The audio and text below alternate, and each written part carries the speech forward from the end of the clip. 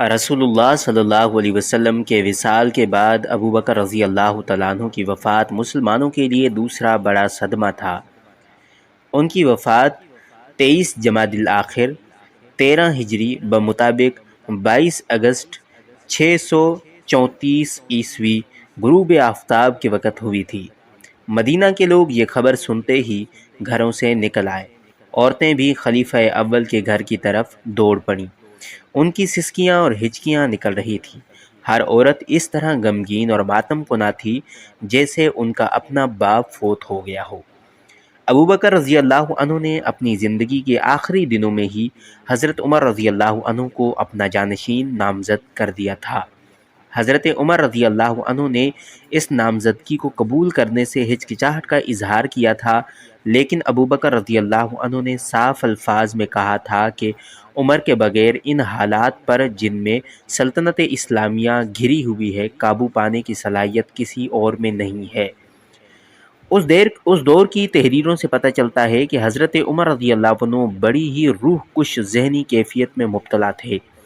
ایک تو ابو بکر رضی اللہ عنہ جیسا بزرگ اور مدبر ساتھی رخصت ہو گیا تھا، اس کے ساتھ ہی یہ مسئلہ کہ ان کا یہ ساتھی اپنی تمام تر ذمہ داریوں کا بوجھ ان کے کاندھوں پر ڈال گیا تھا۔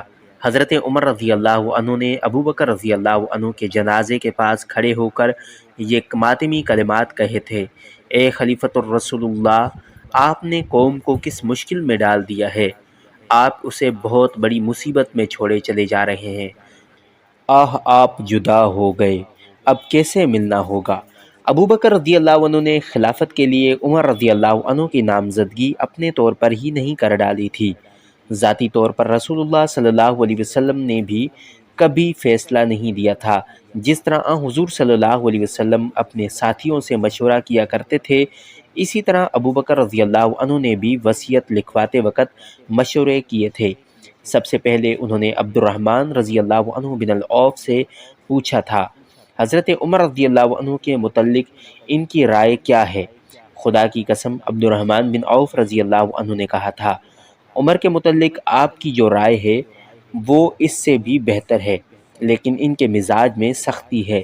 میں جانتا ہوں، ابو بکر رضی اللہ عنہ نے کہا، اس کے مزاج میں سختی اس لیے ہے کہ میرا مزاج بہت نرم تھا۔ جب عمر رضی اللہ عنہ پر ذمہ داری آ پڑے گی تو وہ اپنے مزاج میں اس کے مطابق خود ہی تبدیلیاں کرے گا۔ اور ابو محمد، میں نے عمر کو بہت قریب سے جانچا ہے اور پرکھا ہے۔ میں نے ہمیشہ دیکھا ہے کہ جب میں غصے میں ہوتا ہوں تو وہ میرا غصہ ٹھنڈا کرنے کی کوشش کرتا تھا، اور جب میں کسی معاملے میں نرمی برتنے لگتا تھا تو عمر مجھے سختی کا مشورہ دیا کرتا تھا۔ اس کے بعد ابو بکر رضی اللہ عنہ نے عثمان رضی اللہ عنہ بن العفان کو بلایا اور ان سے عمر کے متعلق پوچھا۔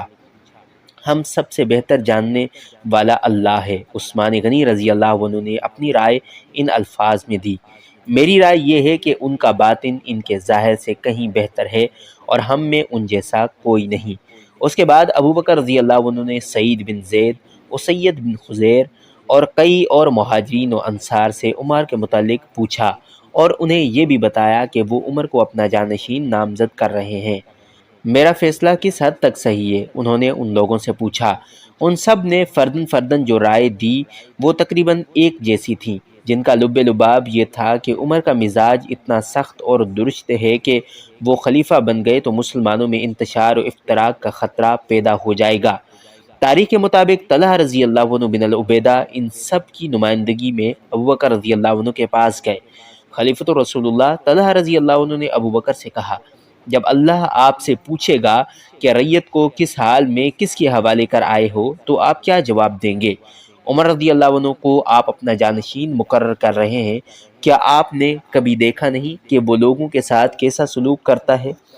سوچ لیں، جب قوم کو عمر کے ساتھ براہ راست واسطہ پڑے گا تو اللہ آپ سے جواب مانگے گا۔ ابو بکر رضی اللہ عنہ کی عمر 62 برس سے اوپر ہو گئی تھی اور وہ علیل تھے، قریب المرگ تھے۔ ان کے جسم میں اتنی سکت نہیں رہی تھی کہ وہ اپنی طاقت سے اٹھ کر بیٹھ جاتے۔ مورخین لکھتے ہیں کہ ابو بکر رضی اللہ عنہ طلحہ کی رائے سن کر غصے سے کانپنے لگے، حالانکہ ان کے مزاج میں غصہ نہ ہونے کے برابر تھا۔ اتنا شدید غصہ آ جانا